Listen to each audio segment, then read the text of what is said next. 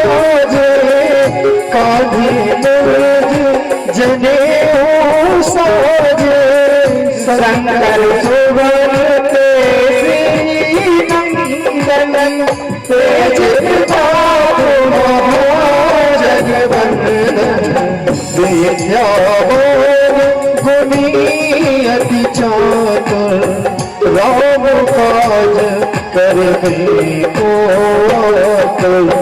प्रभु चरण में रसिया राम लखन सीता मन बसिया सुख रूप धरी से ही दिखावा विकट रूप धरी लोक जरावा भीम रूप धरी असर सहारे राम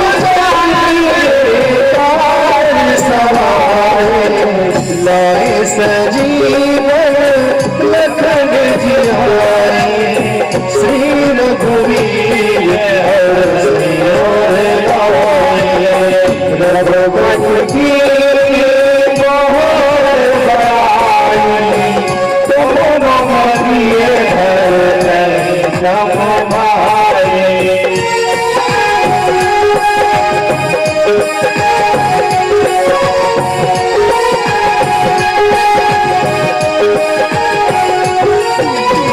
सहस बदल तुम्हारे जस गावे अस कहीं श्री सनकाज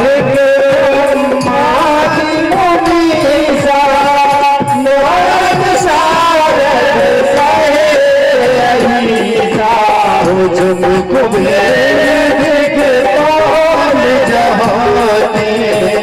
कभी काल वो तुम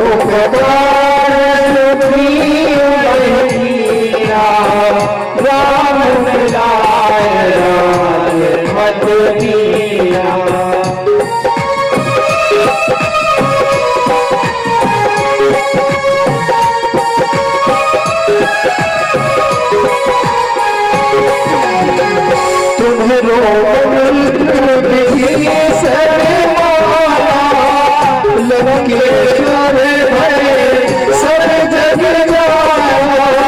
जुग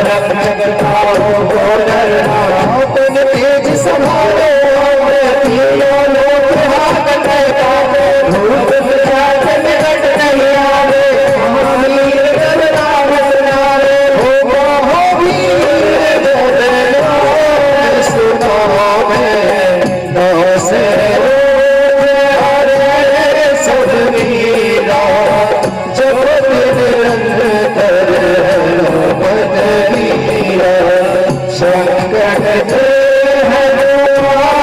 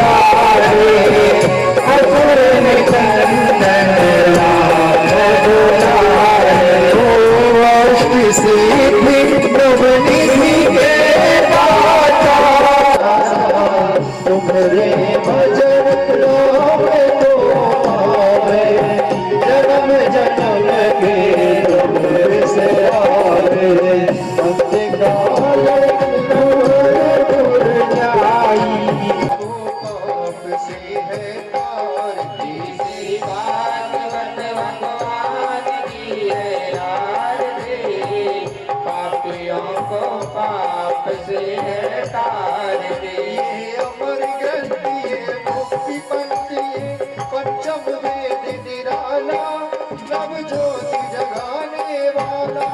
ये अमर ग्रंथ ये मुक्ति पंथ ये पंचम वेद निराला नव ज्योति जगाने वाला। ये अमर ग्रंथ ये मुक्ति पंथ ये पंचम वेद निराला नव ज्योति जगाने वाला।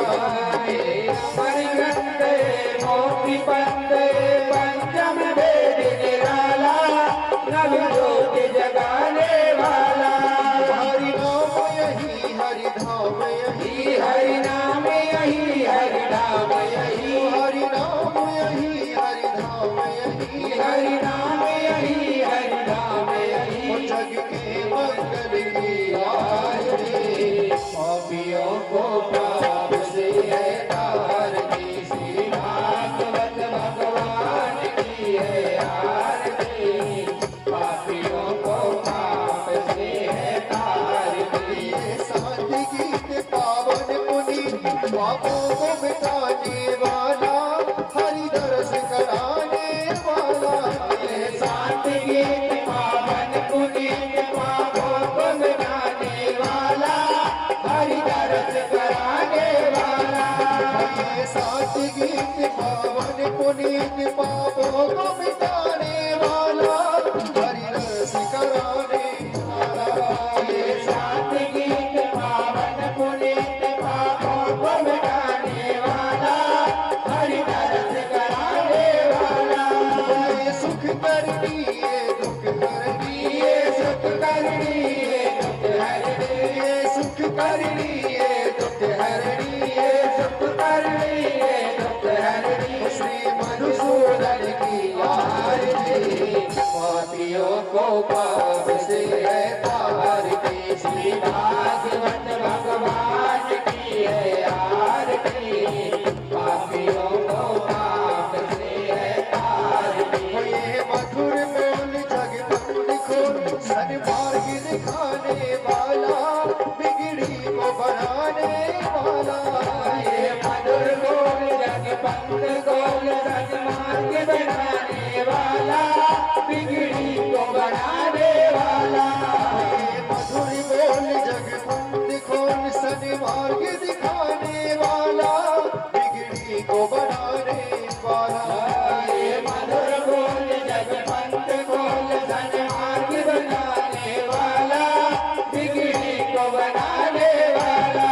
श्री राम यही घनश्याम यही श्री राम यही घनश्याम यही श्री राम यही घनश्याम यही श्री राम यही घनश्याम यही। प्रभु के महिमा की आरती पापियों को पाप से है तारती। श्री भागवत भगवान की है आरती।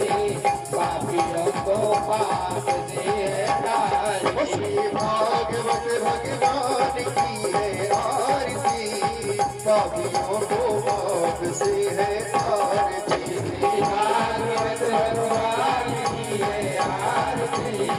पापियों को पाप से है तारती। ये कर्पूर गौरव करुणावतारम संसार सारम भुजगेन्द्रहारम सदा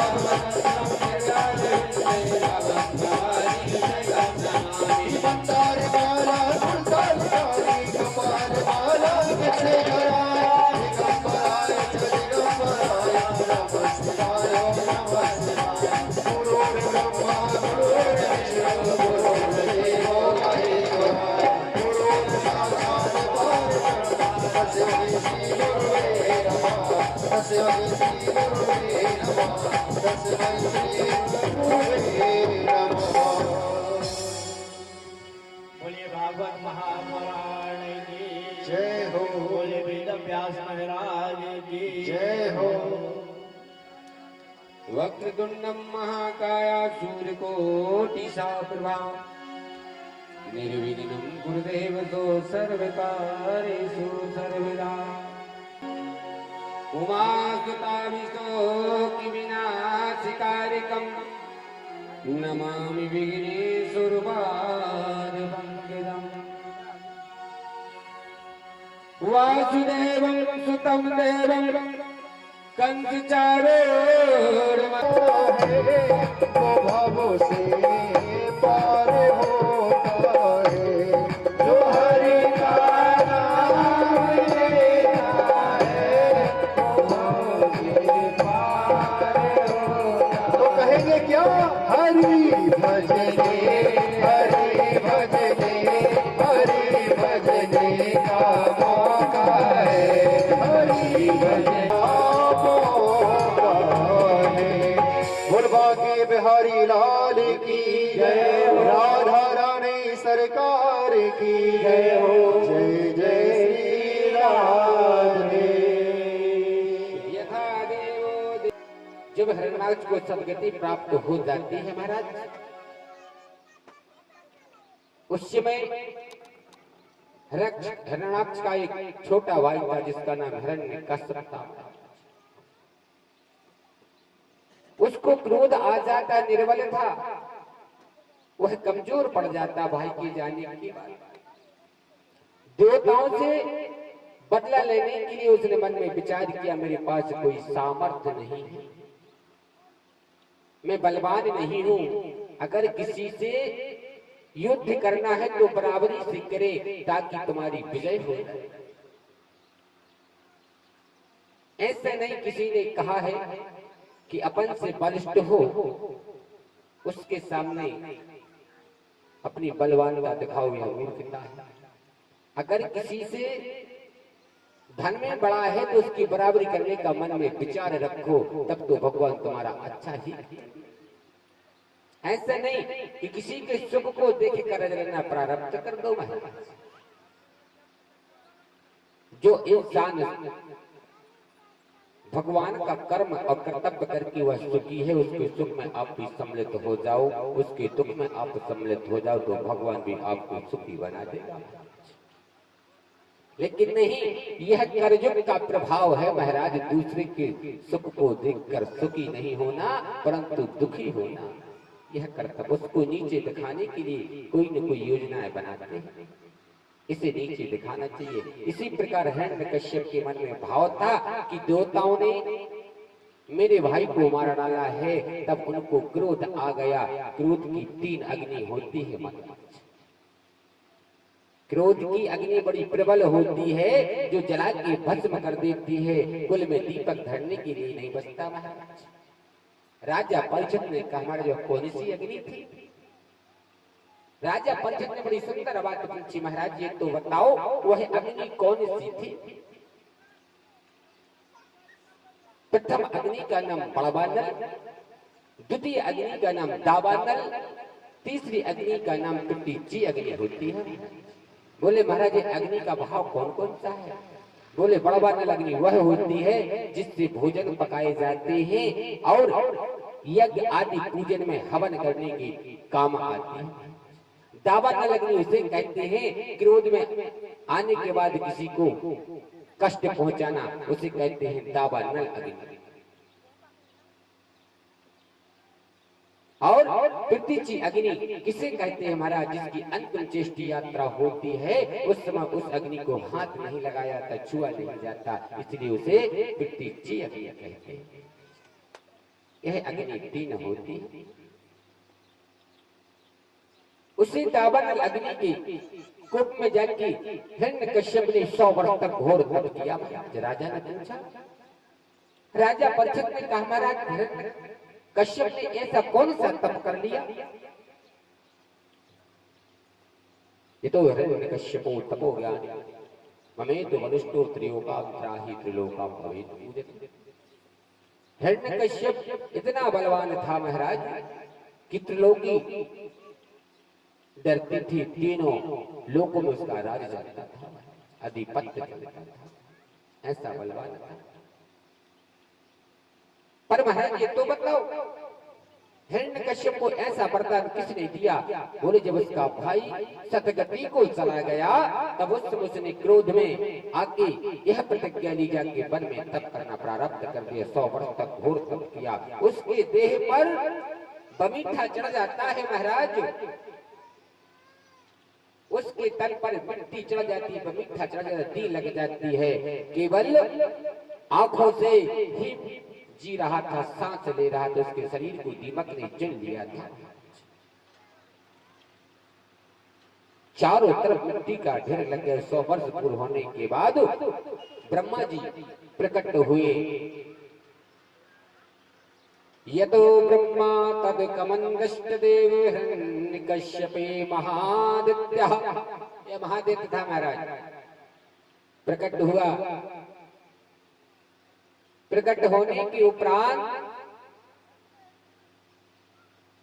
ब्रह्मा जी ने कहा, बेटा हिरण्यकश्यप आंखें खोलो। अभी तो मंत्रों में था, ओम ब्रह्माय नमः, ओम ब्रह्माय नमः। ब्रह्मा का आवाहन कर रहा था। ब्रह्मा ने कहा, मैं ब्रह्मा हूं। बेटा हिरण्यकश्यप नेत्र खोले। जो शरीर पर मिट्टी चढ़ गई थी, दीमक लग गई थी, जैसे ब्रह्मा जी की दृष्टि पड़ी, उसका शरीर पुनः लोहे के समान, वज्र के समान हो गया, खड़ा हो गया। लोहे के समान वज्र का शरीर बन गया। ब्रह्मा जी की दृष्टि का तेज इतना था। ब्रह्मा जी के चरणों में हिरण्यकश्यप ने साष्टांग प्रणाम किया और कहा, हे पारब्रह्म परमात्मा ब्रह्मा जी के चरणों में कोटि कोटि प्रणाम करता हो। मैं हिरण्यकश्यप। बोले, बेटा मांगिए, क्या वरदान मांगते हो? महाराज जी, जो वरदान मैं मांगू उसे आपको देना होगा। बोले, मांगिए बेटा।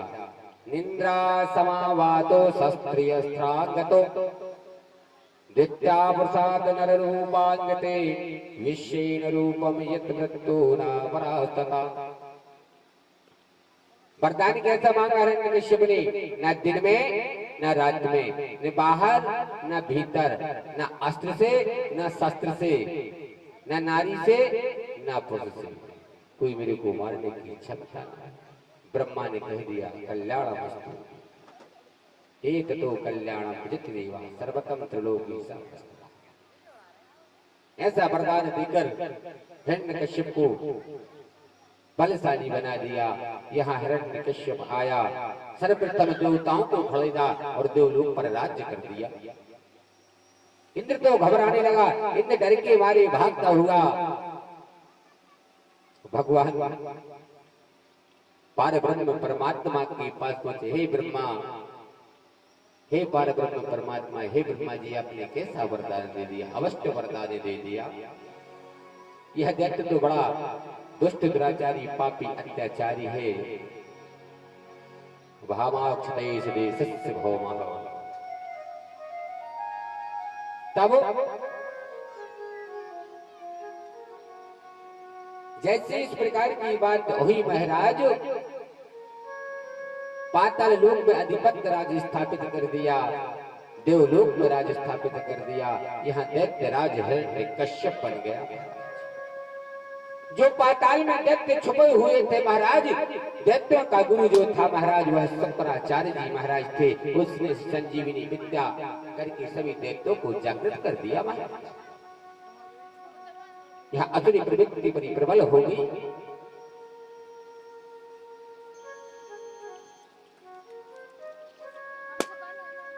देवताओं तो त्राही करने लगे। भगवान शिव के पास पहुंचे। भगवान शिव, बाबा इस दैत्य से मेरे को मुक्ति दिलाओ। पर कैसे प्राप्त हो सकती है?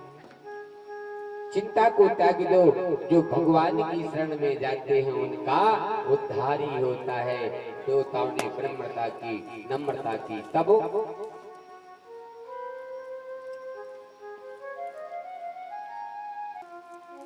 मेरा एक भक्त आएगा जिससे सभी देवताओं को शांति प्रदान होगी, प्राप्त होगी। उसी से हिरण्यकश्यप का वध होगा। तो कयाधो नाम स्त्री प्रियांगतन की अनन्य भक्त थी।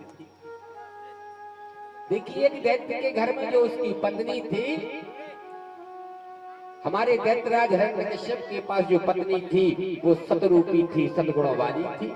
उसकी पत्नी पतिव्रता थी, अपने पति की आज्ञा को माना करती थी, परंतु नारायण का, भगवान श्री हरि नारायण की परम भक्ति थी।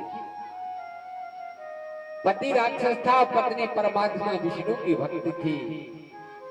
हर एकादशी को व्रत रखा करती थी और भगवान का जाप किया करती थी। नियम था अपने पति से छुपकर एक तुलसी की माला से ओम नमो भगवते वासुदेव का जाप किया करती थी, भगवान का जाप किया करती थी। भगवान कैसे प्रसन्न, उसकी पत्नी को अविष्ट वरदान दिया था, जाओ मैं तुम्हारे घर में अपने सुंदर भक्त, जिससे दैत्यराज का अंत हो जाए। एक कलिचर्यस्तु, कुछ काल के बाद कयाधु, जिसकी पत्नी थी इंद्रो शास्त्राणी विदित, अभी इसका पाप होता, जब तक पाप का घड़ा नहीं बढ़ता तब तक भगवान अवतरित नहीं होता था। बोलो हिरण्यकश्यप भगवान की। घर में जैसे आई पत्नी का सुख मंडल चकित हो गया, खिल गया। जैसे किसी पत्नी के घर में कोई तेजस्वी, जो पत्नी गर्भ से हो और उसके घर में कोई तेजस्वी जीव आता है तो उस पत्नी का जो मुखमंडल होता है वो चमकने लगता है, तेज समझ में आ जाता है। इसके गर्भ में, उदर में जो है कोई अच्छा सुंदर सत आत्मा वाला जीव प्रवेश कर गया। ऐसा चित्त और भाव लगता है, उसके भाव अच्छे होते। जो नारी के गर्भ में अगर संतान हो, जिस नारी के गर्भ में अगर संतान हो, वो रामायण का पाठ करे तो राम जैसा पुत्र प्राप्त होगा और सीता जैसी पुत्री प्राप्त होगी। ये मैंने ग्रंथ कहते हैं। अगर आपने महाभारत का पाठ किया तो पुत्र होगा दुर्योधन जैसा होगा वह।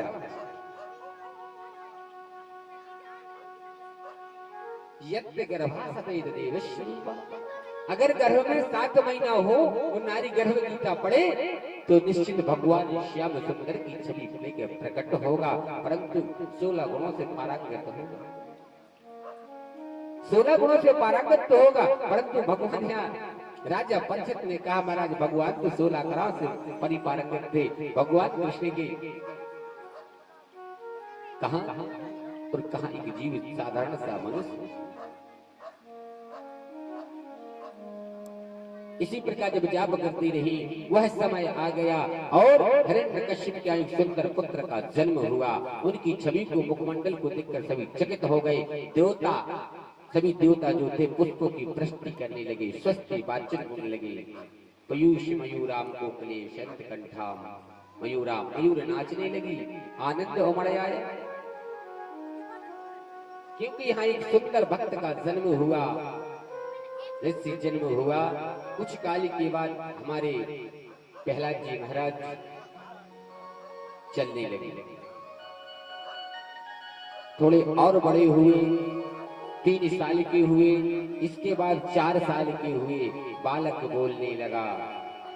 एक दिन हिरण्यकश्यप जी महाराज सुंदर भोजन की थाली पर बैठे हुए थे, भोजन कर रहे थे। उस समय हमारे महात्मा प्रहलाद जी महाराज जो वहां आए, पिताजी को प्रणाम हो, अपनी मीठी वाणी से पिताजी को प्रणाम किया। पिताजी के थाली के पास जाके बैठ गए। पिताजी ने कहा बेटा महात्मा प्रहलाद भोजन कर लो। बोले पिताजी आपकी आज्ञा को स्वीकार करता हूँ, बसंत मेरे ठाकुर जी को भोग लगाया कि नहीं। जैसे ही कहा हे पिता आपने मेरे प्रभु को भोग लगाया कि नहीं। महात्मा प्रहलाद की उम्र कितनी थी, केवल 4 वर्ष की थी। अपने ठाकुर जी का ख्याल रखा करते थे, अपने ठाकुर जी का ख्याल रखा करते थे। मेरे ठाकुर को भोजन दिया कि नहीं, मेरे ठाकुर को भोग लगाया कि नहीं। कौन ठाकुर? तू जानता नहीं, इस त्रिलोक में केवल एक ही परमात्मा है, एक ही ईश्वर है, जिसका नाम हिरण्यकश्यप है। नहीं पिताजी, आप तो संसारिक पुरुष हैं, संसार की माया रूपी पुरुष, इस पुतले को कब मिट जाना कोई ठिकाना। उनसे बड़ा दुनिया में दूजा कोई नहीं। पुत्र उपदेश देता है अपने पिता को, हे ततो चरियो पितृसपद पुराणा। पिता की विचित्र हो गया, क्रोध में आंखें लाल हो गई, भ्रिकुटी खिंच गई। पिताजी ने अपने भोजन को त्यागा। जो पुरुष अपनी थाली से क्रोध में उठ जाए, अगर आपके घर में भोजन परोसे अपनी पत्नी और थाली छोड़कर अगर पति चला जाए तो उसे रो नाम का नरक प्राप्त होता है। अन्नपूर्णा देवी का तिरस्कार करना यानी नरक को यातना की घोर यात्रा करना आपका कर्म बनता है।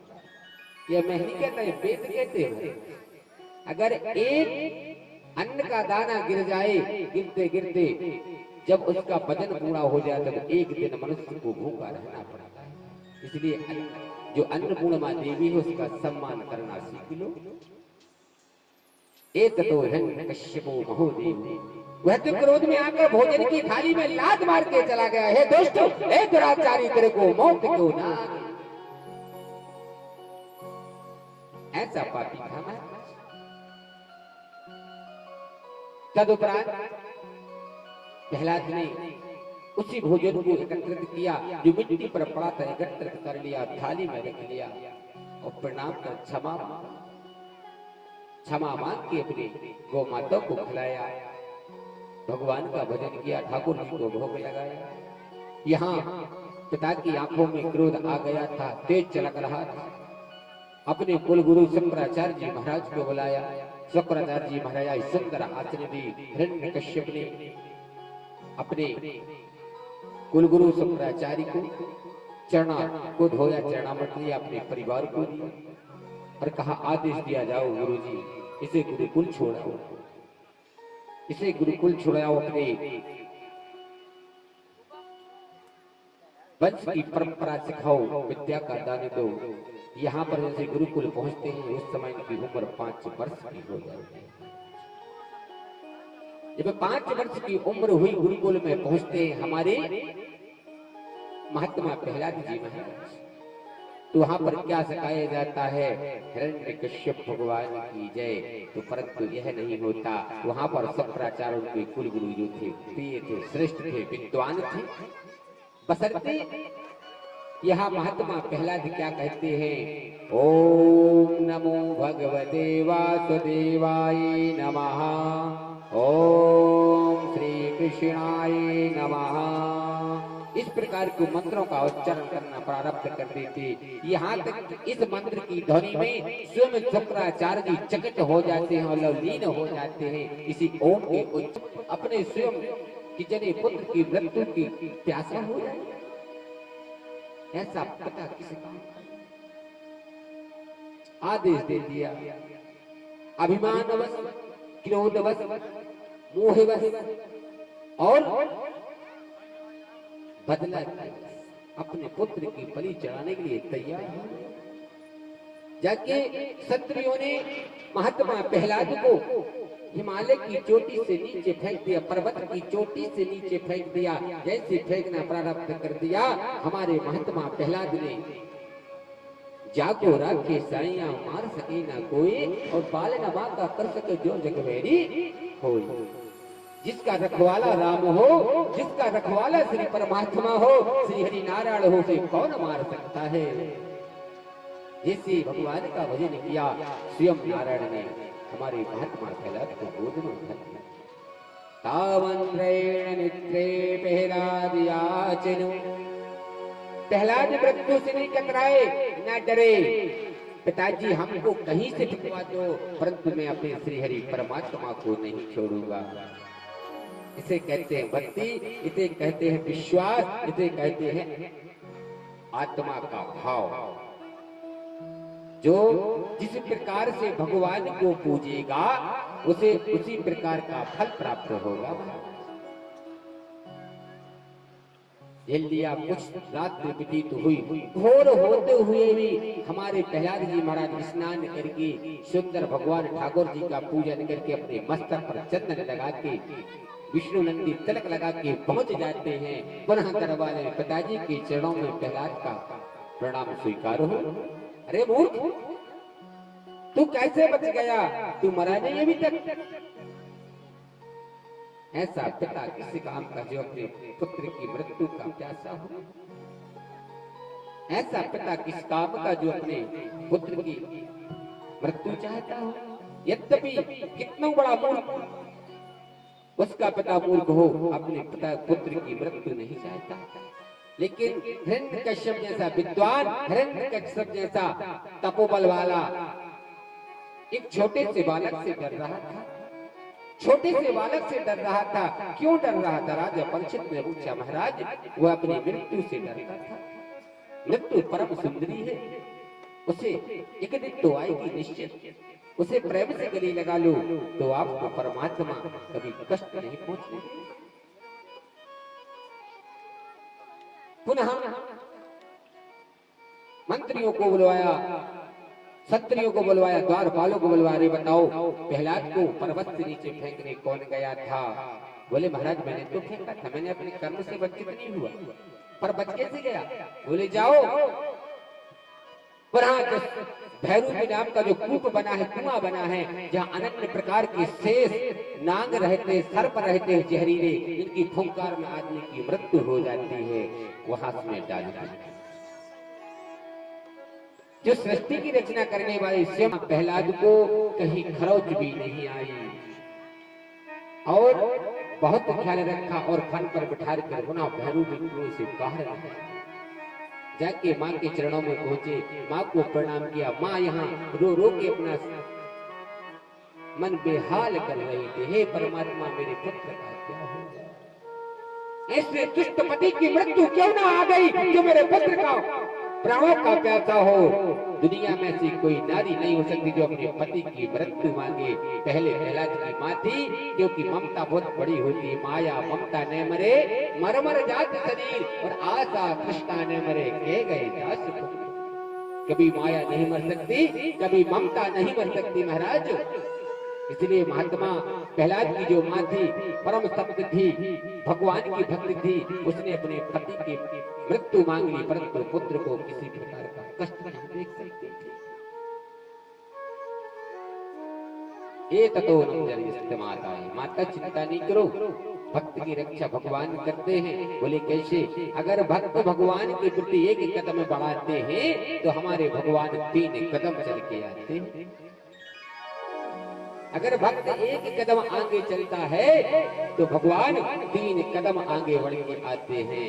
इसे कहते हैं भक्त। जब कश्यप हताश हो गया, उस समय इनके मन में बहुत क्रोध आया, बहुत तेज। अब तो इन्हें सोचा स्वयं अपने पुत्र को मेरे को ही मारना पड़ेगा। उसी समय उसकी एक बहन आती है जिसका नाम त्रिया होलिका है। त्रयोदशी होलिके नाम पूजता यत ब्रह्मादि वर्गैन देशस्य मोखा। ब्रह्मा से प्रदान था उसे कि किसी भी अग्नि उसकी बहन को जला के राख नहीं कर सकती। जिसका नाम त्रियंशु था। त्रियंशु के बाद अगर जब होली जलती है 13 को जलती है ना, 13 या 14 को पड़ जाता है, नक्षत्र आता है, तो उसी होली को पहुंचती है। भैया को प्रणाम। आपका मुखमंडल उदास क्यों है? कौन सा कारण है? तब उसने कहा, हिरण्यकश्यप कहने लगा, रे बहन एक मेरा पुत्र है जिसने मेरे को बहुत परेशान किया। बोली क्या? फाल्गुन का महीना था महाराज। बोली क्या? वह भगवान नारायण का भक्त है और मैं नारायण से विरोध करता हूँ, दो तमस में पैर रखता हूँ। मैंने कई जतन कर लिए, सर्पों में डाल दिया, भोजन नहीं दिया, पानी नहीं दिया, कई दिन भूखा रखा, परंतु उसकी मृत्यु नहीं हुई। ना जाने उसने कौन सा पुण्य कर लिया, कौन सा माया है उसके पास, कौन सी विद्या सीख रखी। जब ये बात की तो उसने कहा, भैया आप भूल गए, आपके साथ मैंने भी तप किया था, ब्रह्मा ने हमको वरदान दिया था और मैंने वरदान मांगा था, ये 3 प्रकार की अग्नि है, हमको जला के राख। बोले हाँ। तो बोली चिंता नहीं करो, सुंदर चिता का निर्माण करो। इसलिए इस युग में, इस कलयुग में जो बुआ होती है महाराज, जो भाभी होती है और उनकी जो ननद होती है, इनकी कभी नहीं बन सकती। क्यों? जी मैं नहीं कह रहा हूं, वेद कहते हैं जो भाभियां हुआ करती हैं, जो भौजाइयां हुआ करती हैं, उनकी जो ननद होती है, इनकी कभी जीवन में नहीं बन सकती। एक दूसरे से विरोध अरस परस फुसकारती रहेंगी। भाभी फुसकारेगी ननद को, ननद फुसकारेगी भाभी। किम कलंके राजस्थित देवोत्तनत्याजत पुत्राणाम। इसलिए कि कहीं ऐसा न हो उसी हिरण्याक्ष की बहन होलिका हो, उसने सुंदर चिता का निर्माण करवाया, चारों तरफ से आग लगवा दी और 5 वर्ष की उम्र में उसी समय भगवान ने तत्काल अंत पार करके प्रहलाद के शरीर में प्रवेश कर गए, अभय दे दिया। इसलिए मनुष्य कि 24 सेकंड तक कोई अग्नि ऐसी नहीं बनी जो कि मनुष्य को जला सके। 24 सेकंड तक आप अपने अग्नि में हाथ डाल सकते हैं, 24 सेकंड तक किसी का हाथ नहीं जल सकता, क्योंकि मनुष्य शरीर में तेज अग्नि होती है। जैसे 24 सेकंड के बाद 25वां सेकंड होगा, उसका हाथ में जलने का असर प्रारब्ध हो रहा है। उसी समय 24 क्षण में परमात्मा को हमारे प्रहलाद ने कितने बार वध दिया बताइए? 49 बेर भगवान नारायण का जप कर दिया। कहते हैं भक्ति निष्फले ब्रह्मादि वरदो, ब्रह्मा का वरदान निष्फल हो गया और ये होलिका थी। इतने भगवान का इतना अभय वरदान हुआ कि होलिका चिता से उठ नहीं पा रही थी। महाराज प्रहलाद इतने वजनदार हो गए कि स्वयं होलिका जलना प्रारब्ध हो गया, उसको शरीर जलने लगा। जलने की अग्नि की तपन के कारण वह चिल्लाने लगी, चिल्लाने लगी, परंतु उठने की कोशिश करती उठ नहीं पाती।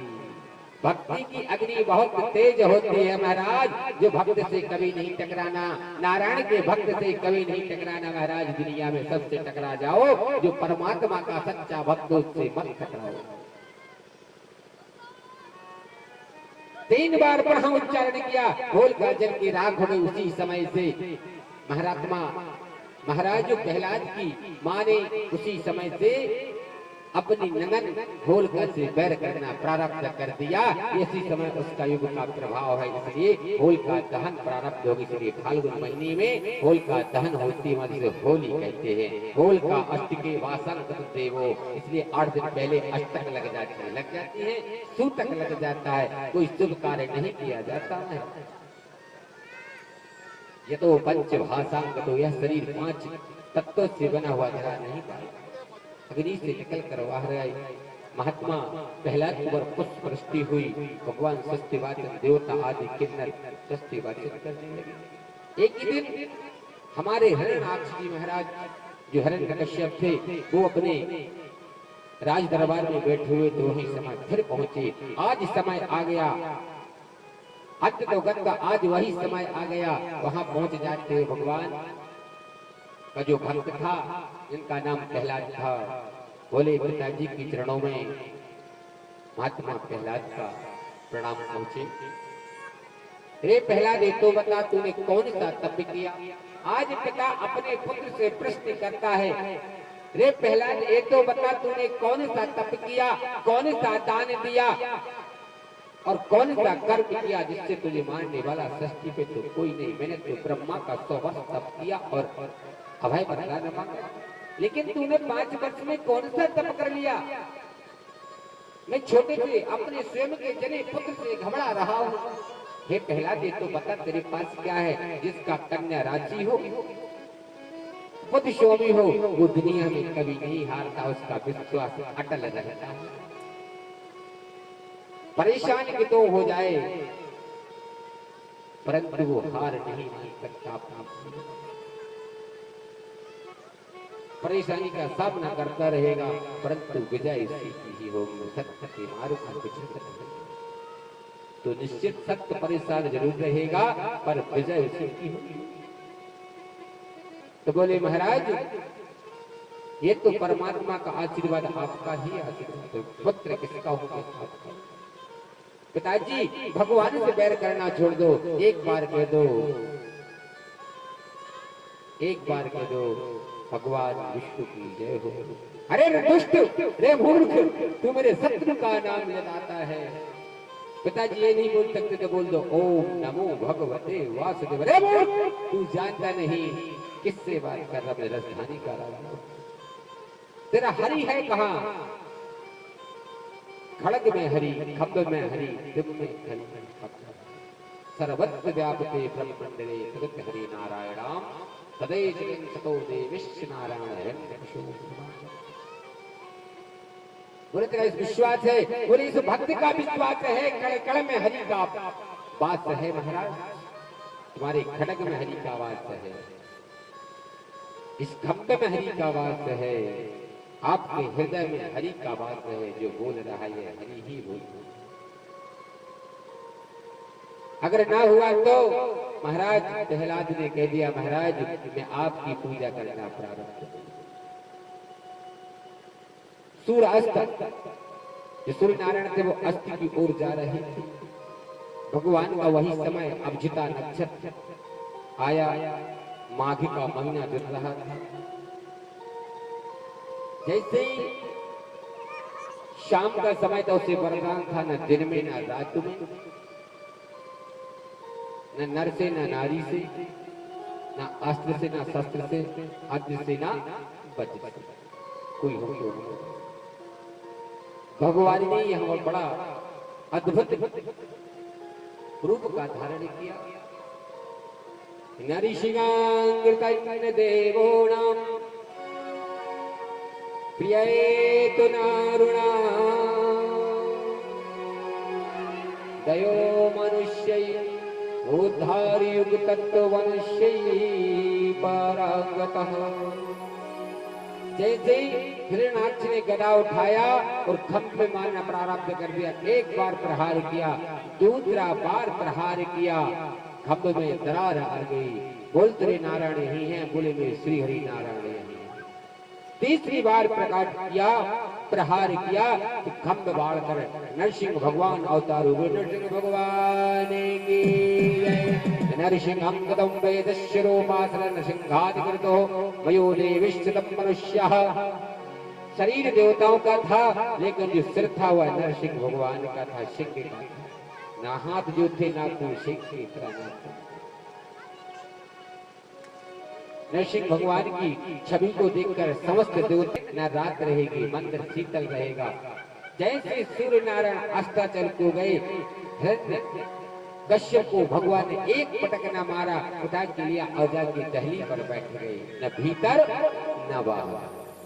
जो मकान का दरवाजा बना होता उस पर देरी लगी होती है, उस पर जाके भगवान ने अपने आसन लगा लिए, दोनों जंगा पर रखा और हिरण्यकश्यप को हृदय से फाड़ दिया। बुलबाके बिहारी लाल की जय। परमाक्षरे सके सत्स्वरूपम हिरण्यक्षरे सदगति यते पाप कर्मा यत्तमोनस्य मनस्याः। बुलबाके बिहारी लाल की जय। वो जब हो बे सच्चा प्यार क्यों ना मिले कन्हैया। वो जब हो बे सच्चा प्यार क्यों ना मिले कन्हैया। क्यों ना मिले कन्हैया, वो क्यों ना मिले कन्हैया। वो जब मिले, वो जब मिले, वो जब मिले तार से तार क्यों ना मिले कन्हैया। वो जब हो बे सच्चा प्यार क्यों ना मिले कन्हैया।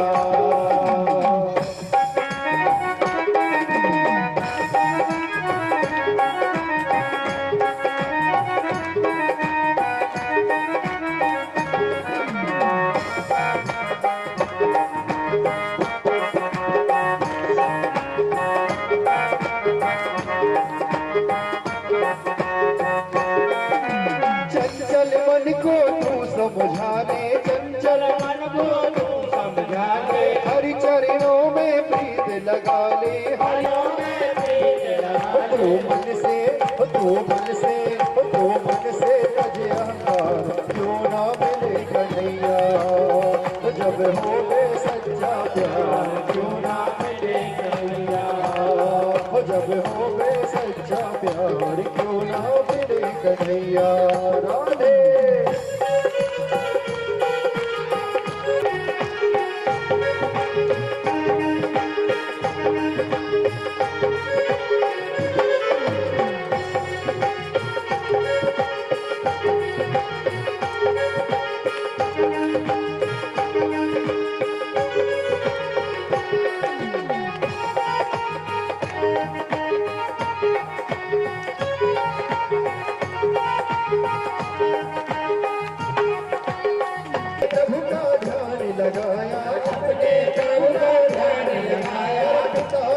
प्रहलाद सताया, प्रहलाद सताया, अपने प्रभु का ध्यान लगाया, अपने प्रभु का ध्यान लगाया।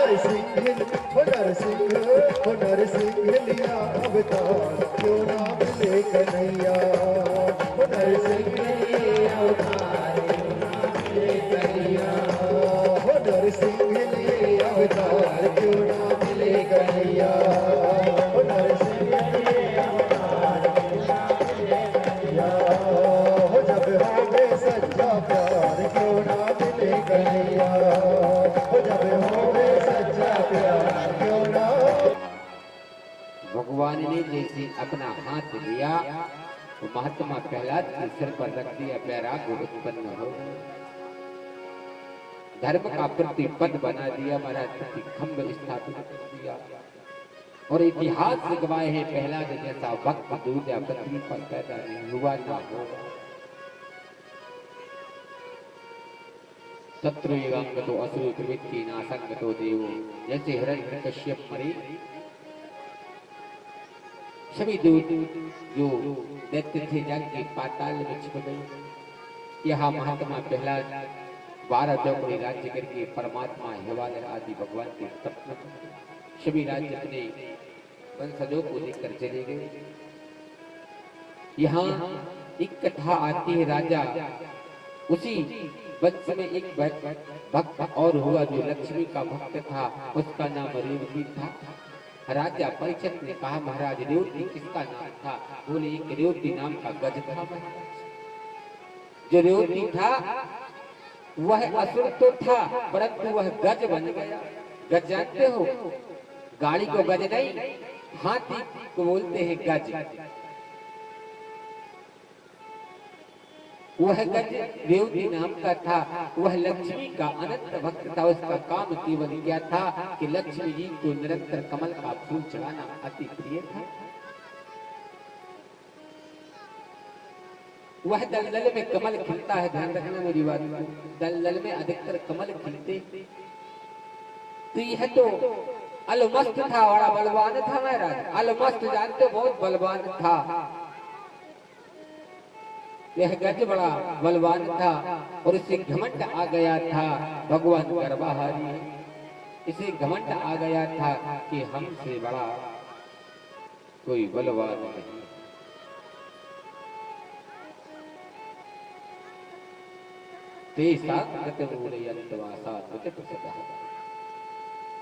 वह कमल के तोड़ने के लिए उस दलदल में प्रवेश कर गया और कमल के पुष्पों को तोड़कर ला रहा था। उसी समय नारायण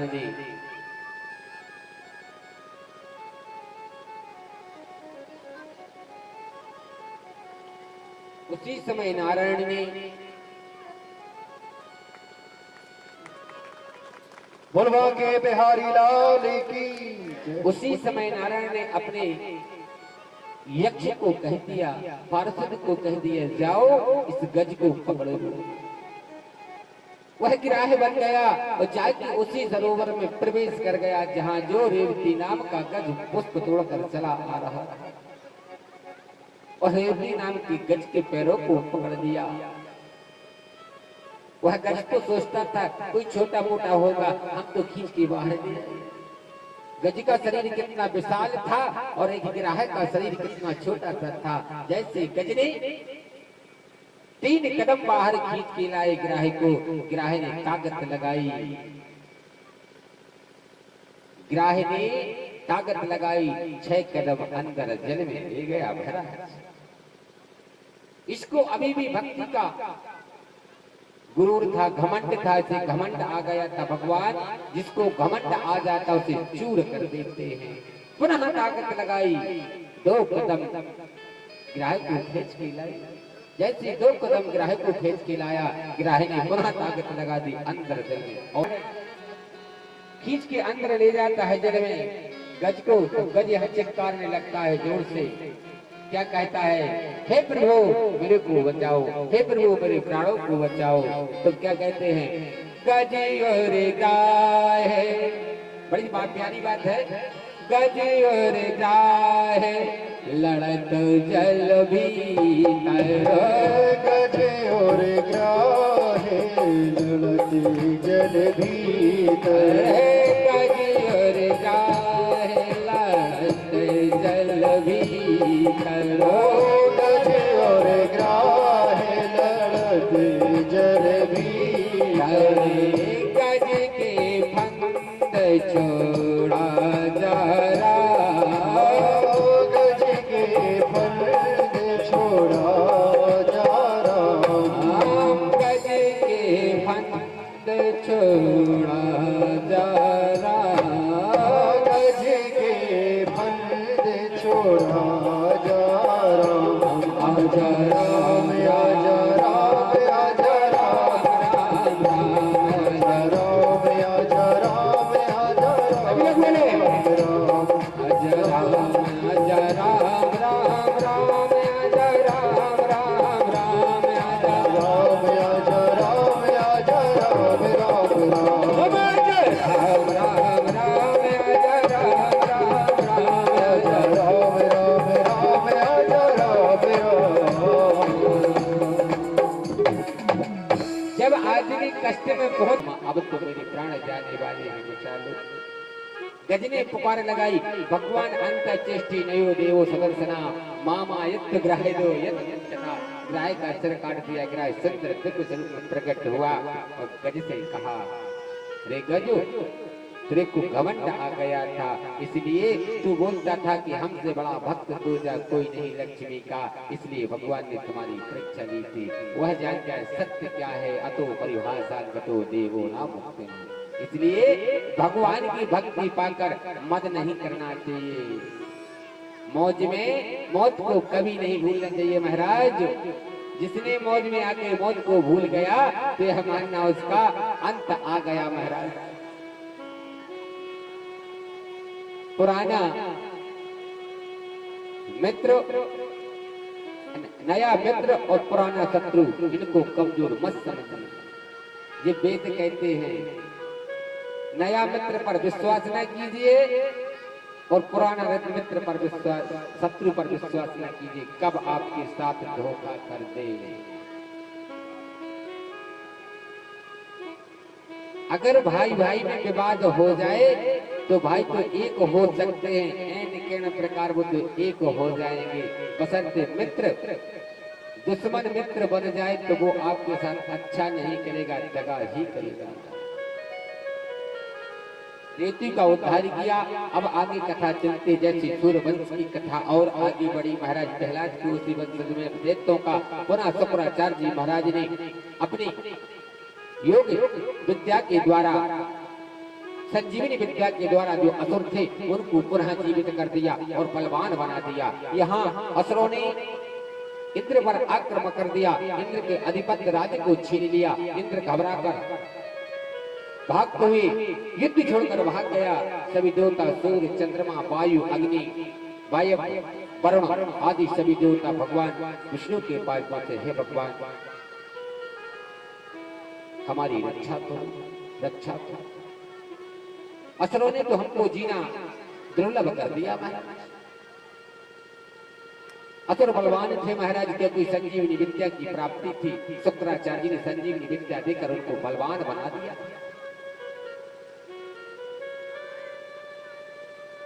तो भगवान नारायण ने कहा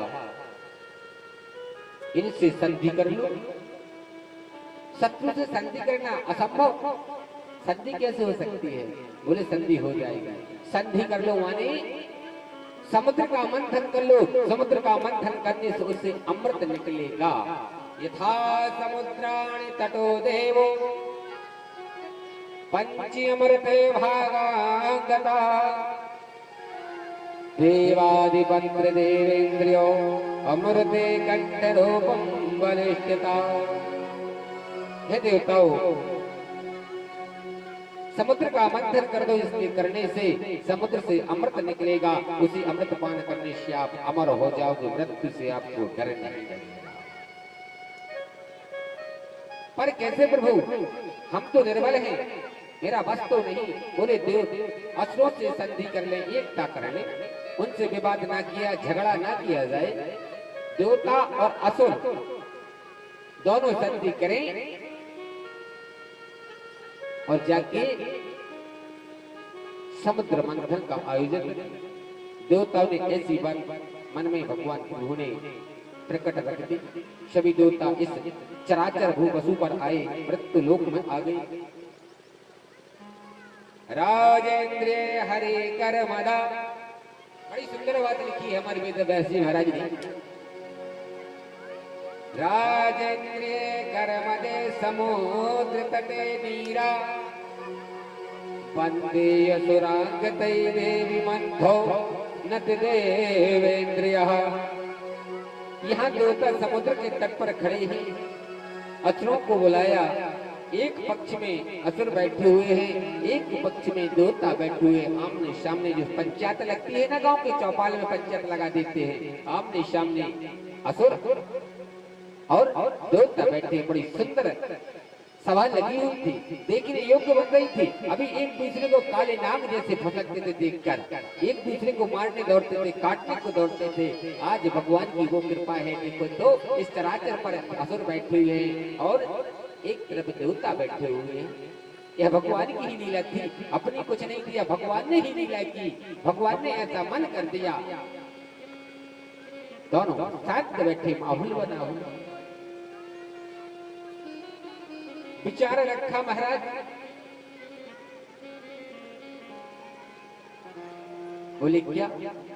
बोले हमारे मन में असुरराज से कहा है, असुरराज हमारे मन में एक भाव आया। बोले कौन सा? बोले समुद्र का मंथन किया जाए, सागर मंथन किया जा रहे। बाबरे तू पागल तो नहीं हो गया? छोटी मोटी चीज तो है नहीं, यह 7 समुद्र अथाह जल भरा हुआ है, कैसे मंथन हो जाएगा? मेरी बात तो सुनो। बोले ठीक, तैयार है। एक तरफ हम रहेंगे, एक तरफ आप रहो। यहाँ असुरराज ने कहा जो समुद्र से निकलेगा उसका क्या होगा? बोले समुद्र से जो भी रत्न निकलेंगे उसका आधा आधा होगा। इसे कहते हैं संधि। अब यहाँ से तो है स्टाम्प ले आओ तो लिख दो, आदि बन गया तुम्हारी, आदि बन गया तुम्हारी। ऐसा तो नहीं, वचन बहुत बड़े हो जाते थे। देवताओं ने जो वचन दे दिया माने सत्य है वो। देवताओं ने वचन दे दिया, आधा आधा होगा। ठीक तैयार है, बशर्ते मंथन किया कैसे जाएगा? तो देवताओं ने क्या कहा? मंद्यादिति पर्वतो नत्रियोजनागतो तत्या शिवसेन रूपम सुमेरु शाखांगतः। मंद्याचल पर्वत को लाना होगा।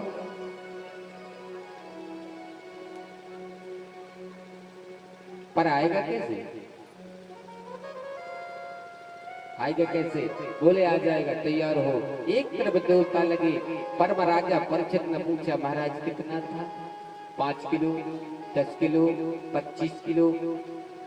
जिस प्रकार सृष्टि की रचना भगवान पारब्रह्म परमात्मा ने की, अगर मनुष्य का वजन 40 किलो का है तो वो 40 किलो का वजन ही उठा पाएगा।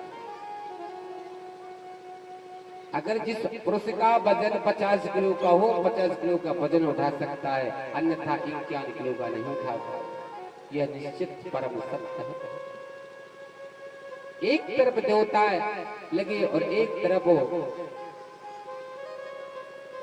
असुर लगे। जाके पर्वत को ले आए। 12 योजन चौड़ा और 18 योजन लंबा था। कितना था? 12 योजन चौड़ा और 18 योजन लंबा था हमारे पर्वतराज जी महाराज। यादम मंधा चला। राजा परीक्षित ने पूछा महाराज वो ऐसे ही उठ गया? या तो मंदो चला प्रात पूजते प्राण था। पर्वतों में प्राण रहते थे महाराज। यथो आज्ञादि पर पूजते प्राणम चेष्टित कार्यभाव।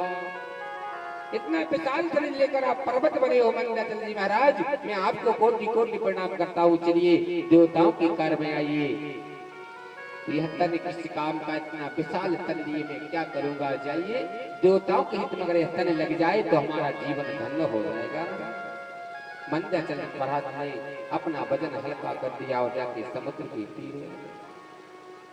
भैया मथानी को व्यवस्था तो हो गई, अब रस्सी जाने।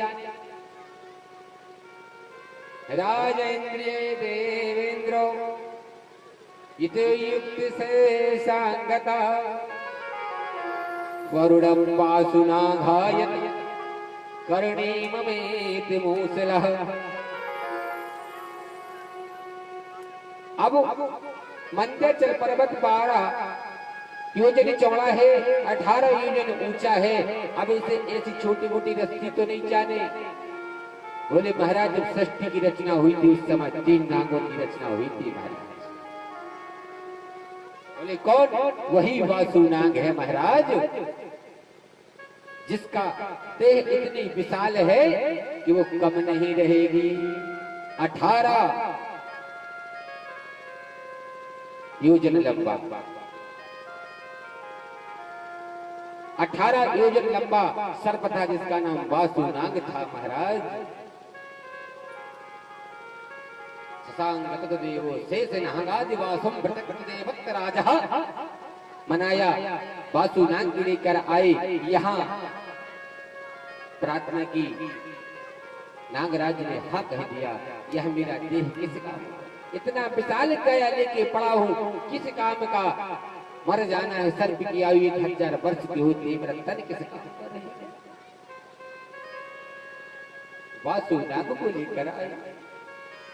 वासुनाग का 9वें दादी से पूजन किया, पुष्पमाला हार पहनाई। प्रार्थना की प्रभु अपना कोप नहीं करना, अपना मुंह नहीं खोलना, किसी को डसना नहीं कि तुम्हारे फुंकार में तो सभी की मृत्यु ही हो जाएगी, तो असुर राज भाग जाएगा।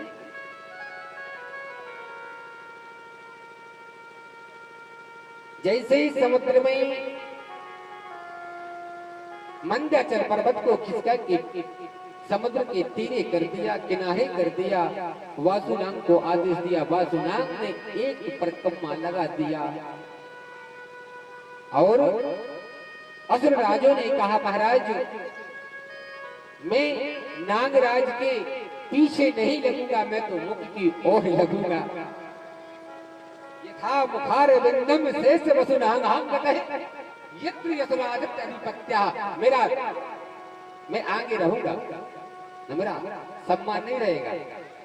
आदमी अगर बस में सवारी, बस में कहीं यात्रा करते तो आगे की सीट पर देखा। यह मनुष्य की प्रक्रिया होती है महाराज। मैं बड़ी विशेष बात नहीं कहता, मनुष्य का भाव होता है कि अगर कोई बस में या हवाई जहाज में या ट्रेन में सफर करे तो आगे की सीट देखा थे, आगे बैठे बड़े 60% से राजा हूं बजरंग बली। अगर बस में सवारी करे तो पीछे बैठो, सब हो देखो, अपन को कोई ना देख सके। यह वेद कहते, मैं नहीं कह रहा हूँ। बस में अगर आप पीछे बैठोगे तो आप सबको देखोगे, कौन कौन सा कृत्य कर रहा है, आगे वाली को देखता रहेगा कि नहीं, कौन सा कृत्य कर रहा है, और आगे वाला पीछे वाली को नहीं देख सकता महाराज। अगर भगवान के दर्शनों को जाना तो ये नहीं सोचना कि हम आगे लग जाए, नहीं। प्रभु की जब तक इच्छा नहीं होगी तब तक आपको दर्शन की प्राप्ति नहीं होगी। इसी प्रकार हमारे राक्षस राज ने कहा हम तो आगे लगेंगे। देवताओं ने कह दिया सर्वोपरि परम उत्तम बात, आगे लग गई। जैसे एक बार घुमाया, मंदराचल पर्वत समुद्र में और पहुंचा। दूसरी बार राउंड हमारा, यहाँ तक कमर तक पहुंच गए। ऐसे वैसे राक्षस राज नहीं थे, इनका कमर तक पहुंचना माने अथाह जल में मंदराचल पर्वत पहुंच गया। केवल 3 हाथ मंदराचल पर्वत दिख रहा था। तीसरा राउंड मारना प्रारंभ किया। मंदाचल पर्वत नीचे को धसने लगा। भगवान ने या कच्छपे मयस वर्णे सयंद वर्णः पादो सिंधु मथुने नियत देवस्य रूपम नित्य नारायण। बोले कश्यप भगवान की जय हो। भगवान ने कश्यप को धारण कर लिया और मंदाचल पर्वत को अपनी पीठ पर धारण कर लिया। महाराज प्राण घुमाना प्रारब्ध हुआ। चौथा राउंड लगा। वासु नाग के मुख से देवता काले, जो असुर थे वो पहले से काले नहीं थे। वासु नाग के मुख से इतना हलाहल नाम का जहर निकला, जाके जितने राक्षस राज थे वो जल के जहर में झुलस गए, जल के राख काले पड़ गए। महाराज ने छोड़ दिया। हमें नीचे आने उजाता करी क्या हमारा कौशल क्या लगा, धूप लगा, परंतु वासु नाग के मुख से इतनी तेज जहर निकला, जो राक्षस राज थे वह जल के काले हो गए। यत्रो देव नित्यानाम दीन वचना, हमारी तो वचनी है, देवताओं ने दीन वचन कहे। अरे असुर राज ऐसा नहीं, आप पीछे आ जाइए। हम लोग जैसे ही पीछे पहुंचे, देवता और घुमाना प्रारब्ध कर दिया। शतकर्णं भमादि विद्रे भो मंत्री चला ततो वर्णं जयोदिवद्या कार्य प्रेरितरा। जैसे सागर का मंथन प्रारंभ हुआ महाराज, सर्वप्रथम क्या निकला, कालकूट नाम का जहर निकला।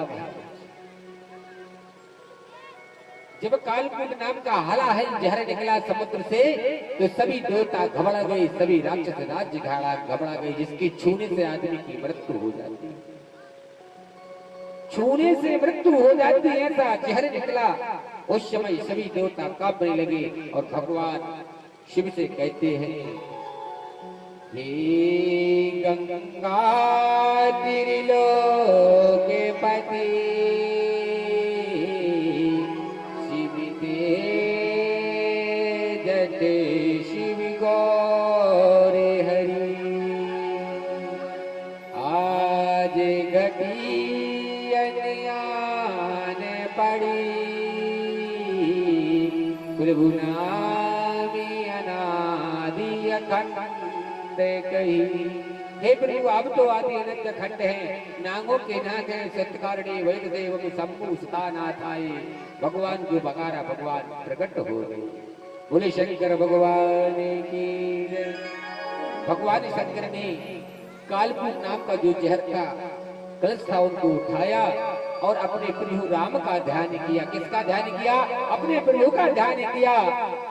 और उस जहर को भगवान ने अपने मुंह में लगाया। मुंह में लगाते जहर को पीना प्रारंभ कर दिया।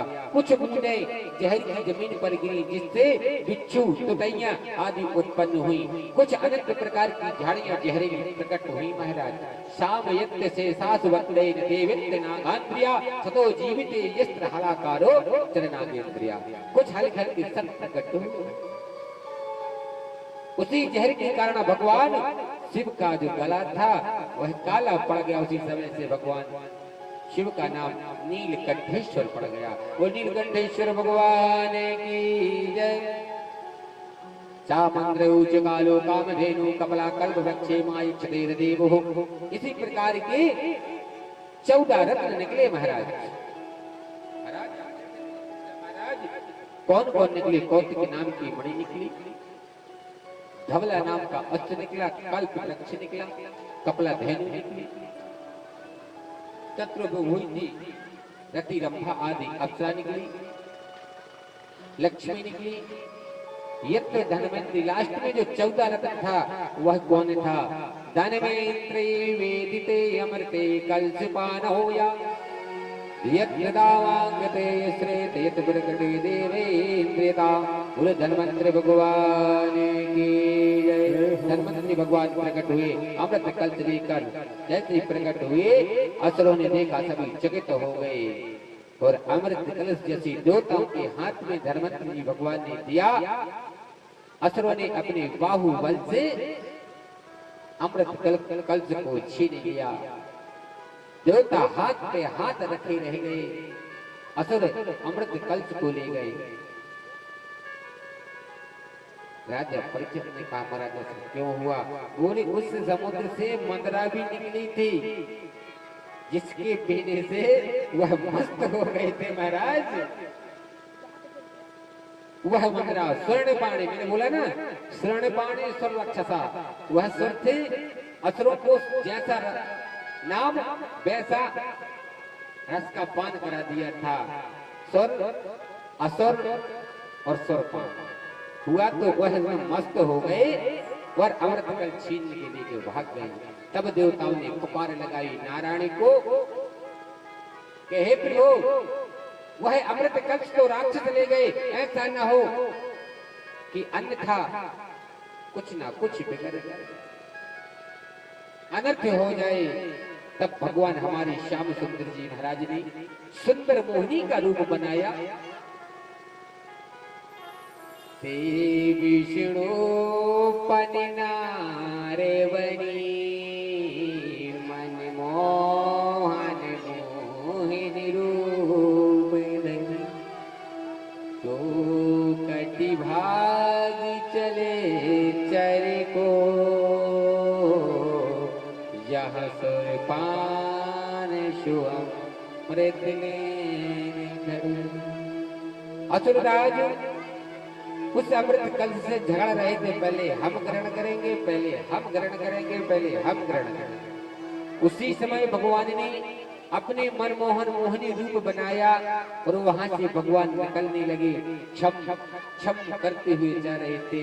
उसी समय असुरराज की दृष्टि उस सुंदर युवती पर पड़ी। हे प्रिय, हे मनमोहिनी, कहां से आई हो? मैं विष्णु कंठा से आई हूँ। तुम्हारा नाम क्या है? मेरा नाम मोहिनी है। किधर जा रही हो? मेरा मन जा रहा है, तो विष्णु कंठा को जा रही। जैनी का भगवान ने कहा विष्णु लोक को जा रहे हैं। अगर विष्णु कंठा कदे कोई लोग ही नहीं है। कंठा क्यों कहा? इसलिए कि जिसके यहाँ कष्ट में हो उनको उबारने के लिए कंठा कहा है भगवान। क्योंकि देवता कष्ट में थे, उनको उबारने के लिए शिव भगवान ने मोहिनी का रूप बनाया, नारी का रूप बना लिया। नर से नारी का रूप बनाया। इसलिए मनुष्य के आज भी कोई पुरुष सच्चा पुरुष नहीं होता। सच्चा पुरुष किसे कहते हैं? मेरे के तो वेद कह रहे महाराज, न बोलो पंडित जी महाराज तो पागल हो गए, बाबू हो गए। सच्चा पुरुष किसे कहते हैं? कोई पुरुष पूर्ण नहीं होता, नर और नारायण दोनों होते हैं। सच्चा पुरुष केवल गदा होता है महाराज। जो गदा होता है ना, खच्चर गदा, उसके गले में ऐसा हाथ कर दो, वही खड़ा रहेगा। एक दिन व्यतीत हो जाएगा, 2 दिन व्यतीत हो जाएगा, 3 दिन व्यतीत हो जाएगा। क्यों? वह जानता है कि मैं बंधा हूं। उसे कहते हैं सच्चा पुरुष। गदा सच्चा पुरुष होता है। और जैसे ऐसा हाथ कर दोगे, छुट्टा दौड़ के पानी को दौड़ लगा देगा। उसकी दृष्टि बदल गई, भावनाएं बदल गई, भगवान के प्रति कोई स्नेह नहीं रखता, वह पुरुष नहीं होता महाराज। ना कोई भक्त होता है जिसने अपने परिवार में रहकर अपने पत्नी अपने बच्चों का सेवा ना कर पाया, ठाकुर जी की सेवा नहीं कर पाया, तो तू भक्त बन सकता है क्या? इसी को कहते हैं असुर। सुर जो सुंदर बगिया में प्रवेश करने के बाद उसका मन विचलित हो जाए। अगर कहीं सुंदर बगिया लगी हो, वहां पर अनंत प्रकार के फूल खिले हो महाराज, उस बगिया में आप प्रवेश कर जाएं तो आपका जो मन है ना, अनंत प्रकार के फूलों पर जाएगा। जाएगा कि नहीं? यह बहुत सुंदर फूल है, बहुत सुंदर फूल है, यह बहुत सुंदर फूल है। नहीं, मन बड़ा पापी होता है। जिसने परनारी को विलोका, मेरे कहने का अर्थ ये है, जिसने परनारी को विलोका, पर कन्या को विलोका, उससे बड़ा असुर दुनिया में दूसरा कोई नहीं हो सकता।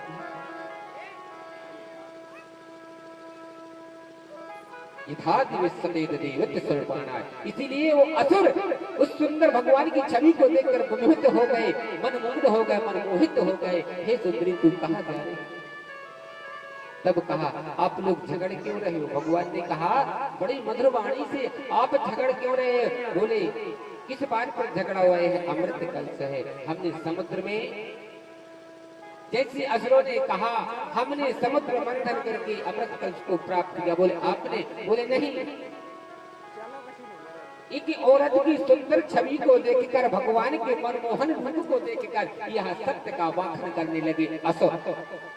क्या बोलते हैं? नहीं, हम और संधि करके देवताओं के साथ सागर का मंथन किया, उससे यह अमृत प्राप्त हुआ। तब तो यह गलत है, मैं असत्य का साथ नहीं देता। भगवान ने कहा, भगवान अपने मुखार श्री मुखार बंदों से कहते हैं मैंने कभी असत्य का साथ नहीं दिया, मैंने सत्य का साथ दिया। हम सुनने वाले नहीं। अरे रे सुंदरी रुक तो जाओ, जैसा आप कहोगे वैसा ही मैं मानूंगी। हे प्रिय रुक जाइए, आपकी छवि को देखकर मेरा मन कहता है कि हमने गलत किया। असुर राज कहने लगे, बोले ठीक है, यह अमृत कलश हमको दे दो। भगवान नारायण ने अमृत कलश अपने हाथों में दे दिया। ये भगवान की सुंदर छवि देखकर संसार विमोहित होता है। सभी नाथों के नाथ हैं, अनाथों के नाथ हैं, उनके बस में सर्वत्र है त्रिलोकी। राक्षस राज उनके अधिपत्य में था। बोले चलो, जो देवता ने आपको वचन दिया था कि समुद्र से जो रत्न निकलेंगे उनका बराबर बराबर हिस्सा होगा। भगवान मनमोहन वहां से आए जैसे ही जहां देवता समुद्र के तीर पर बैठे हुए थे, भगवान की सुंदर छवि देखकर सभी खड़े हो गए, भगवान को प्रणाम किया। मोहिनी को देखकर मुग्ध हो गए। एक एक कतार में देवता बैठ गए, एक एक कतार में राक्षस राज बैठ गए।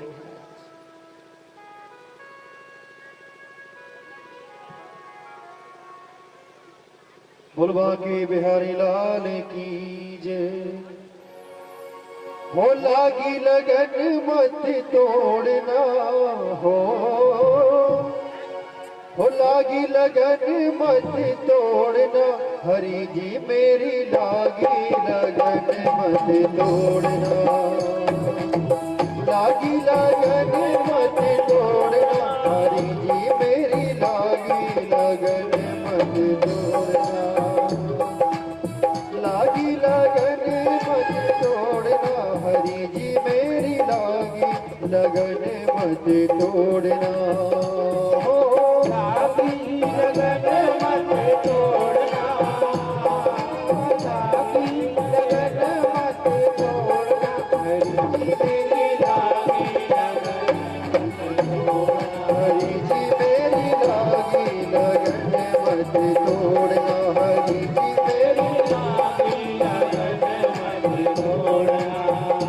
ओ खेती बोआई मैंने तेरे नाम की, खेती बोआई मैंने तेरे नाम की, ओ खेती बोआई मैंने तेरे नाम की, खेती बोआई मैंने तेरे नाम की, ओ मेरे भरोसे मत तोड़ना, प्रभु जी मेरी लागी लगन मत तोड़ना, हो लागी लगन मत तोड़ना, हरि जी मेरी लागी लगन मत तोड़ना।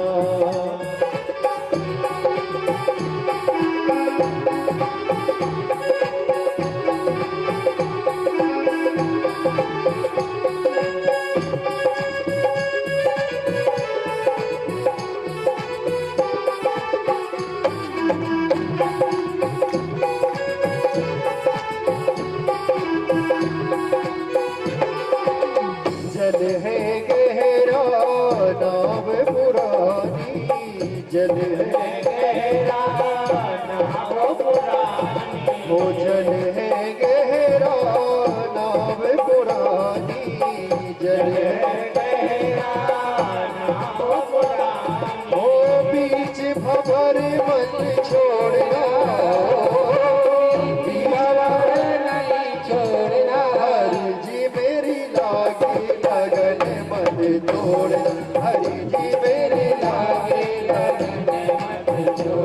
हो लागी लगन मत तोड़ना, हो लागी लगन मत तोड़ना, हरि जी मेरी लागी लगन मत तोड़ना, हरि जी मेरी लागी लगन मत तोड़ना, हरि जी मेरी लागी लगन मत तोड़ना, हरि जी मेरी लागी लगन मत तोड़ना।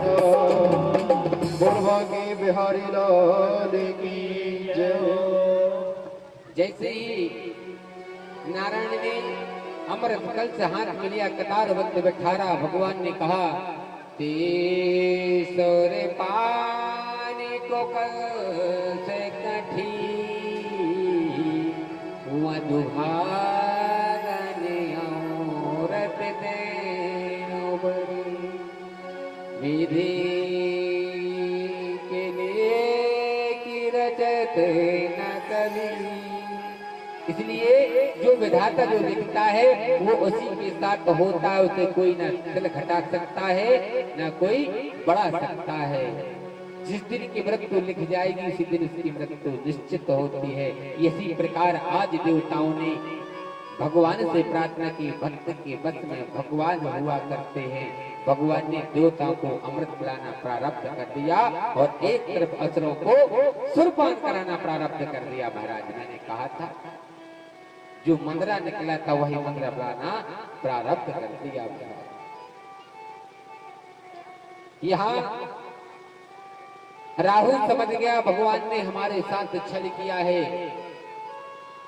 राहु समझ गया भगवान ने मेरे साथ छल किया है। भगवान नारायण मेरे साथ छल कर रहे हैं। जाके राहु ने मौज में आकर, राहु मौज में आ गया, बुद्धि का श्रेष्ठ बन गया और जाके वह सूर्य और चंद्रमा के बीच में बैठ गया। उसको यह ज्ञात नहीं होता कि मैं सूर्य और चंद्रमा के बीच में कैसे बैठूं। अगर जिसके बीच में सूर्य और चंद्रमा के बीच में अगर राहु बैठ जाए तो बड़ी विचित्र घटना घटती है। यह मैंने ये वेद कह रहे हैं। जैसे भगवान ने राहु को अमृत दिया उस समय चंद्रमा ने कह दिया महाराज यह तो राहु है, राक्षस राज है, यह तो राक्षस राज, इसमें राहु बैठा है, देवताओं का स्वरूप बनाकर बहरूपी है। उसी समय से सृष्टि पर बहरूपी चलने लगे। महाराज से किन्नर करते हैं।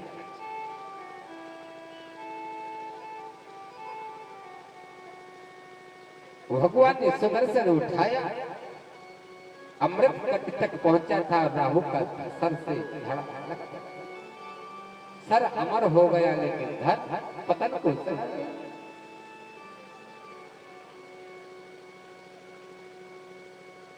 उसने भी प्रतिज्ञा ले ली। राहु ने चंद्रमा तूने मेरे साथ ठीक ही नहीं किया, इसलिए उसी समय से राहु बन की ग्रहण बन की चंद्रमा को लगने लगा। महाराज से ग्रहण कहते हैं, चंद्र ग्रहण कहते हैं। बोल भाग्य बिहारी लाल की जय।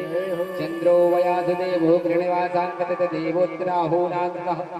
इस प्रकार भगवान ने अमृत का पान करवाया देवताओं को लिए और चंद्रमा को अभिश्राप बन गया, राहु ग्रहण बन के लग गया। जिसके चंद्रमा पर राहु ग्रहण बन के लग जाए उसका जीवन कभी धन्य नहीं हो सकता। ऐसा समुद्र मंथन हुआ, देवता बलवान हुए। आदो स्तूपाणो विचित्र रूपाणा प्रकंड देशस्या। यहाँ विश्वामित्र तो बड़ा तामांग देवो ना यत सप्तचारी दत्तस्य राक्षसा यत देवो। उन्हीं के राक्षस राज्य में एक राजा और हुआ, उसी वंश में एक राजा और हुआ जिसका नाम राजा बलि था। कि त्रेता में एक राजा था जिसका नाम विश्रवा का पुत्र था रावण महाराज। वह दशानन था, उसके 10 सिर थे, 20 भुजा थी, परंतु परम विद्वान था। जाति का ब्राह्मण था, महाराज उच्च कुल का था। यह राक्षस भी उच्च कुल का है जिसका नाम बलि है।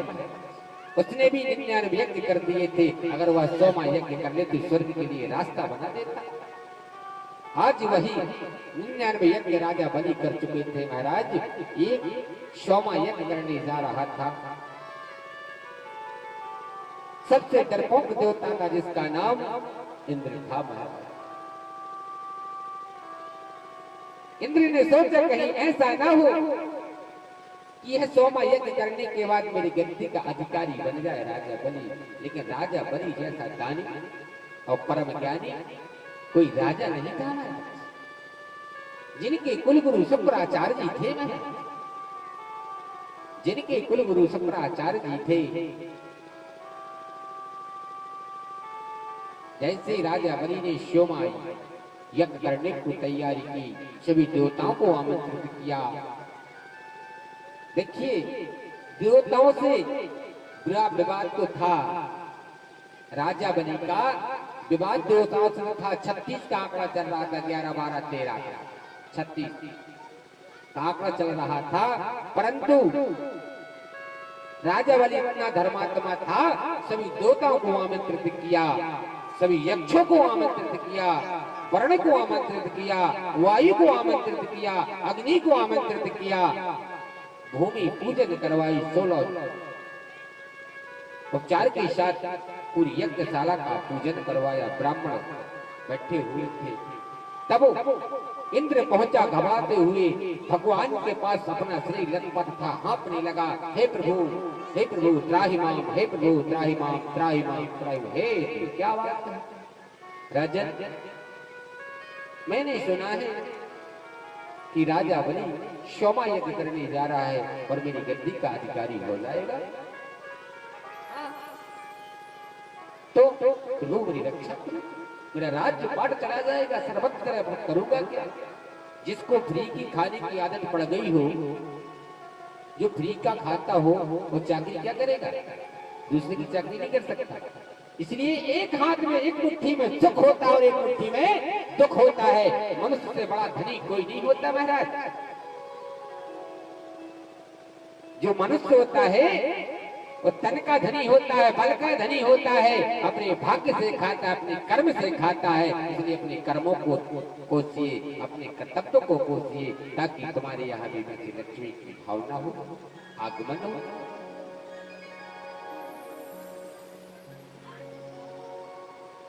जैसे ही कहा जाओ महाराज जी की चिंता नहीं करो, तुम्हारा कुछ नहीं होगा। यहाँ ऋतिक वरदान था,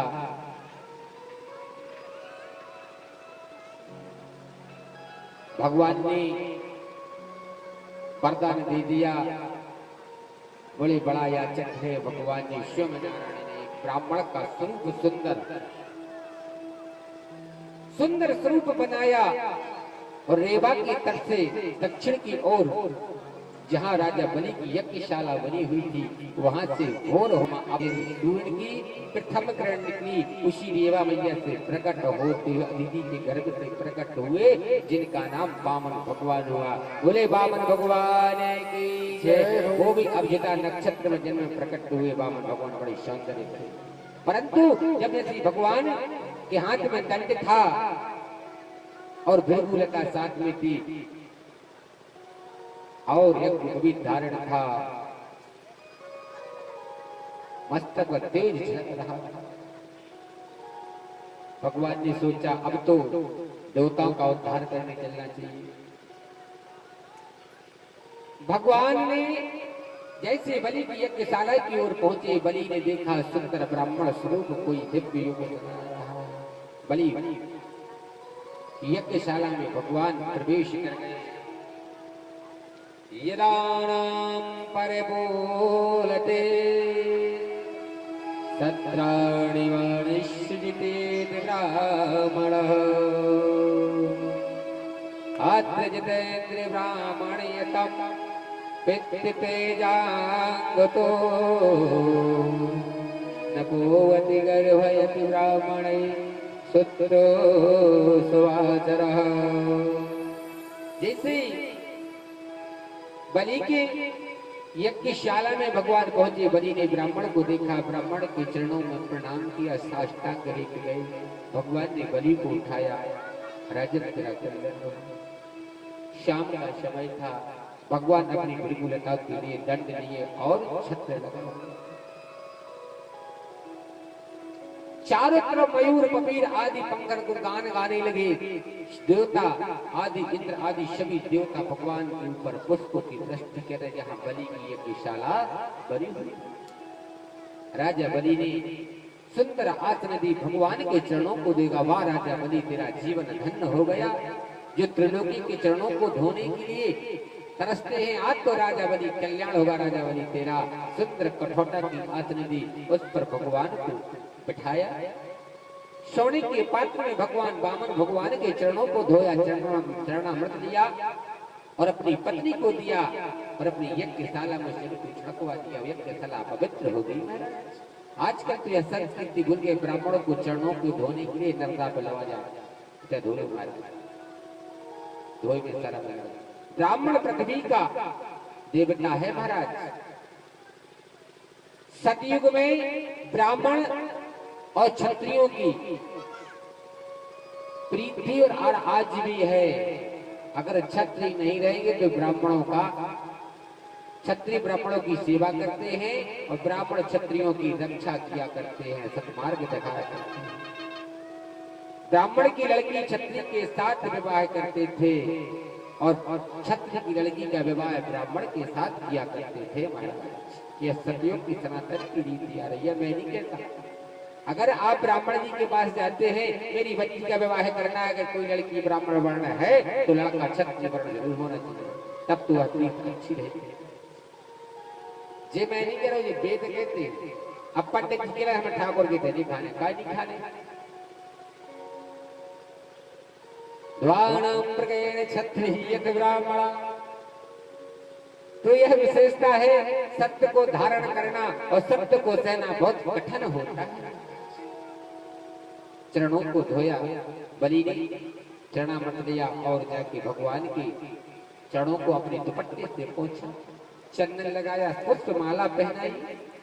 पुष्पमाला पहनाकर अपने अतिथि भवन में ले गए, जहाँ पर कुटी बनी हुई थी, वहां पर बैठाया। भोजन हुए। सवेरे भोर होते हुए भगवान ने बलि की जहाँ यज्ञशाला बनी थी वहां पहुंचे। वहां पर इनके कुलगुरु शुक्राचार्य जी महाराज थे। शुक्राचार्य जी महाराज थे, वहां पर पहुंचे। राजा बलि से कहते, राजन मम भिक्षाम देहि। देखिए त्रिलोकी को बांटने वाले हैं, जो त्रिलोकी को चलाते हैं, त्रिलोकी को भोजन दिया करते हैं। आज वह स्वयं भिखारी बन गए देवताओं के हित के लिए, इस जनता के कल्याण के लिए स्वयं भगवान भिखारी बने हुए हैं। एक छोटे से राजा से क्या मांगते हैं? राजा मम भिक्षाम देहि। राजा क्या हमको भिक्षा देंगे? राजा ने कहा, महाराज अब क्या बोलते हो? हे ब्राह्मण, क्या चाहते हो? मैंने सुना राजा बलि, तेरे से बड़ा दानी दुनिया में दूजा कोई नहीं है। बोले महाराज, छोटे मुंह बड़ी बात किया था, दानी तो नहीं, कहिए मेरे सामर्थ्य के अंदर आपके लिए दान दे सकता हूँ। राजा ने ये नहीं कहा कि मैं दानी हूँ। दानी हो तो हुए भी राजा ने अपने मुख से शब्द नहीं कहा कि मैं दानी हूँ, परंतु उसने कहा, प्रभु मेरा सामर्थ्य होगा तो मैं क्यों जरूर करूँ। इसे कहते हैं भक्ति, इसे कहते हैं भाव। बोलिए महाराज, ना हमको सोना चाहिए, ना धान्य चाहिए, ना सोना चाहिए, ना अन्न चाहिए, ना गाय चाहिए, ना गज चाहिए, ना घोड़ा चाहिए। तो क्या चाहते हो महाराज? ना वस्त्र चाहिए, क्या मांगते हो? ना मेरे को कोई कन्या चाहिए। उसी समय राजा बलि की एक पुत्री खड़ी हुई थी, जिसका नाम रत्नमाला था। महाराज ने देखा क्या सुंदर स्वरूप बालक खड़ा हुआ है, काश ऐसा मेरा पुत्र होता तो मैं अपने स्तनों का पान कराती। भगवान मन में जान गई इसके भाव क्या है। भगवान ने कहा, मन ही मन वरदान देओ मस्तु कल्याण, यह तेरा पूर्ण हो। तामांग करतो माला नाम वरदानस्यः, वरदान दे दिए। प्रभु ने कहा, राजन मम भिक्षाम देहि। बोले क्या? बोले 3 पग भूमि चाहिए, बस छोटी सी बात। यहाँ राजा को चकित हो गया। राजा ने यही समझा, मांगा तो क्या मांगा? 3 पग भूमि। जरा गौर करिए, 3 लोग होते हैं। कितने होते हैं? 3 लोग होते हैं ना। 3 लोग 14 भुवन। होते हैं ना, 3 पग भूमि भगवान ने मांगा। क्यों मांगा?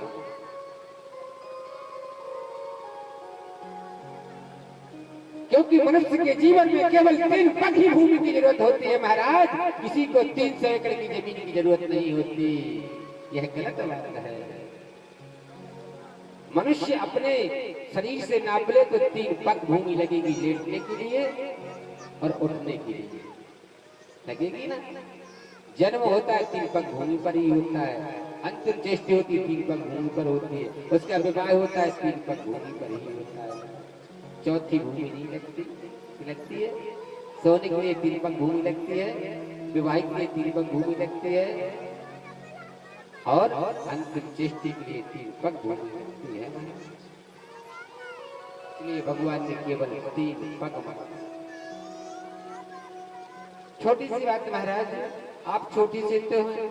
राजा यह चकित हो गया, छोटे से ब्राह्मण ने केवल भूमि मांगी तो क्यों?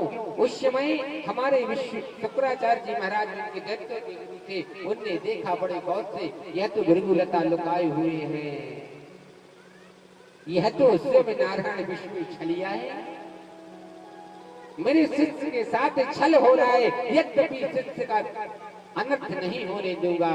इसे कहते हैं गुरु।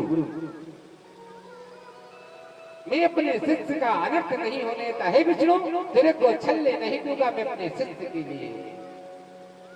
तत्काल आए राजन, तू हृदय के नेत्रों से देख, यह कौन खड़ा है? यह स्वयं विष्णु है, त्रिलोकी का धनी है। राजा ने कहा, गुरुजी आप चिंता नहीं करेंगे, त्रिलोकी ने छोटा सा ब्राह्मण वाला